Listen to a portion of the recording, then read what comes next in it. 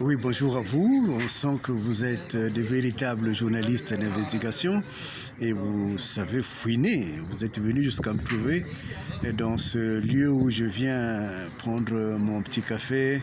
J'aime bien ce lieu parce qu'il est très cosmopolite. On rencontre des populations très variées, des réactions, des humeurs très très variées. J'aime ça avec cette population qui est différente, mais qui permet aussi de mesurer, disons,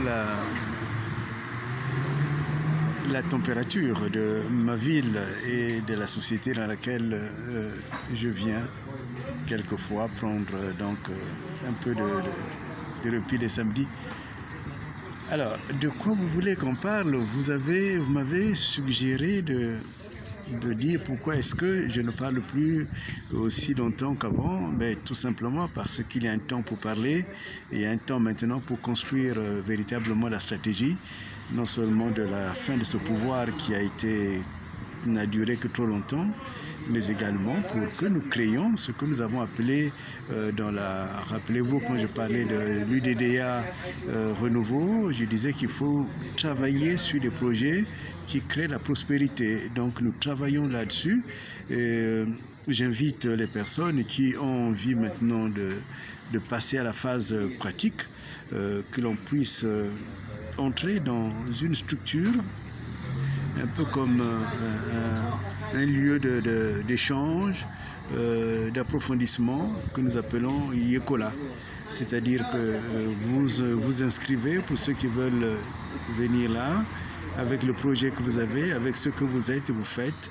Et puis nous pouvons échanger sur parfois des secrets, comme ce qui s'est passé tout récemment lorsque j'ai eu à rencontrer les autorités de ce pays. Évidemment, je ne peux pas en parler comme cela parce que vous savez bien, nous sommes en diplomatie, il y a le respect des partenaires, il y a le respect de la parole donnée et c'est comme cela qu'on construit et qu'on bâtit en politique. Quand on est trop bavard, on n'aboutit pas à quelque chose de sérieux, et à des mutations et des changements. Le Congo est un terrain glissant et il faut donc bien tenir les amarres pour arriver à un changement véritable et radical.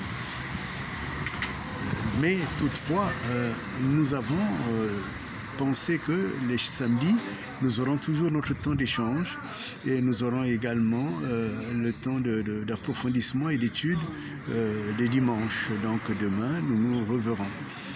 Maintenant, en ce qui concerne le Congo, vous vouliez sans doute que je parle de cette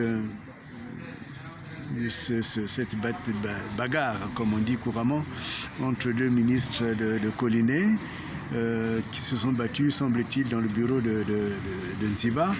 Nziba, cet homme des petits matins, criminel, qui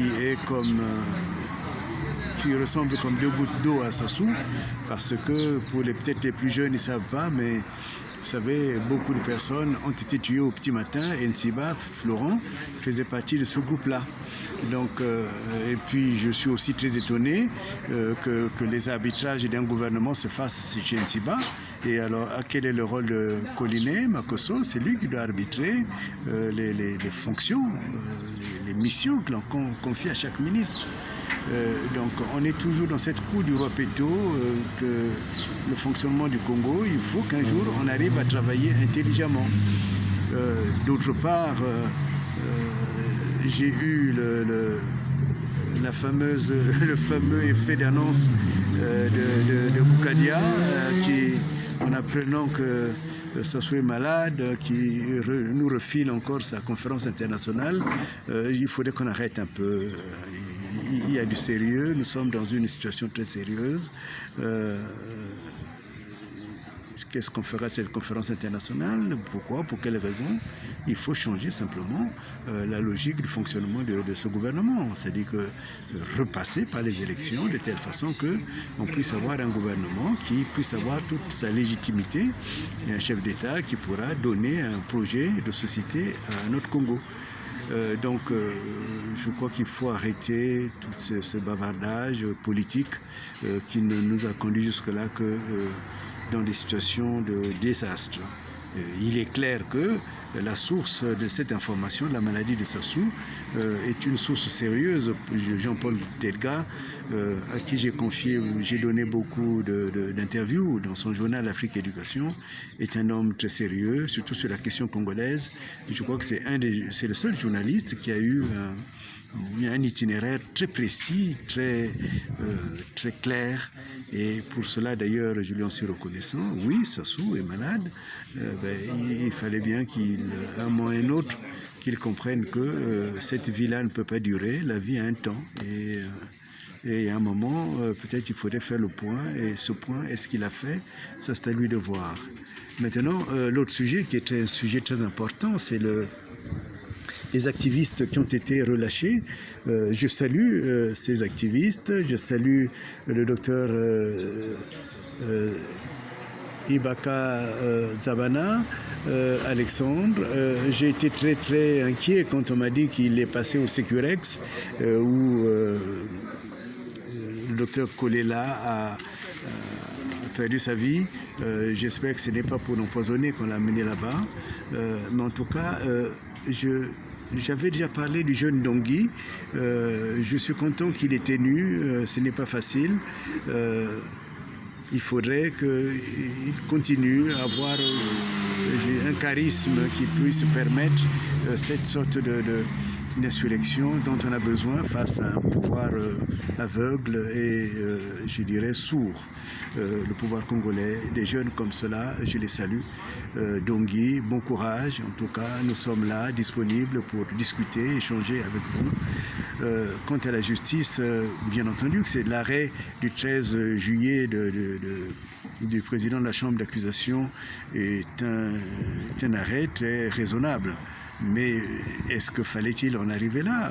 Est-ce qu'ils avaient des raisons d'être arrêtés? Cette fameuse atteinte à la sécurité du Congo, il y a longtemps qu'on l'a servi sans qu'on puisse avoir une véritable jurisprudence ou une doctrine sur cette atteinte sur la sûreté. Par contre, ce qu'il y a, et vous êtes sans doute impatient de le savoir, il y a un projet qui me tient beaucoup à cœur. Ce projet, c'est que bientôt nous arriverons au 15 août et vous savez bien que nous avons des soulards au pouvoir et ils vont faire encore leur fête, ils vont gaspiller l'argent du Congo, ils vont faire le champagne, et ainsi de suite. Je voudrais proposer aux Congolais plutôt de faire une sorte de réquisitoire qui puisse dire au monde entier ceux qui ont perdu leur vie à cause du Congo. Depuis les personnalités très illustres comme le cardinal Biayenda, jusqu'aux mamans qu'on a tuées, qui étaient enceintes, dont on a, transpercé le bébé et le ventre pour simplement satisfaire les engagements, plutôt les désirs de vengeance au Congo. Je voudrais donc lancer le projet La Nuée des martyrs et des témoins du Congo. C'est-à-dire que nous allons ouvrir un mur sur lequel on inscrira tous ceux qui ont perdu leur vie en voulant servir le Congo et en dénonçant les situations du Congo. Et en cela, il y a beaucoup de personnes qui ont perdu leur vie. Et le plus grave encore, c'est que les personnes qui ont travaillé, on a envoyé, surtout quelquefois en tant que militaire, pour aller par exemple attaquer Anga, ces personnes-là ont laissé des enfants. Et qu'est-ce que la République en a fait? Rien. Des populations entières qu'on a bridées, qui ne parlent plus, des gens comme les habitants de là où habitait Anga, ces habitants on leur a pratiquement muselé, ils ne parlent pas, et c'est le moment de parler, savoir que Onga a été sacrifié, et que ce n'est pas à Sassou d'empêcher les autres de pouvoir en parler, de revendiquer. Owando n'est pas la propriété ce n'est pas une sorte de sous-chefferie de Sassou Nguesso. Non, c'est à part entière une région où il s'est passé un crime très grave. Et il faudrait que l'on puisse en parler.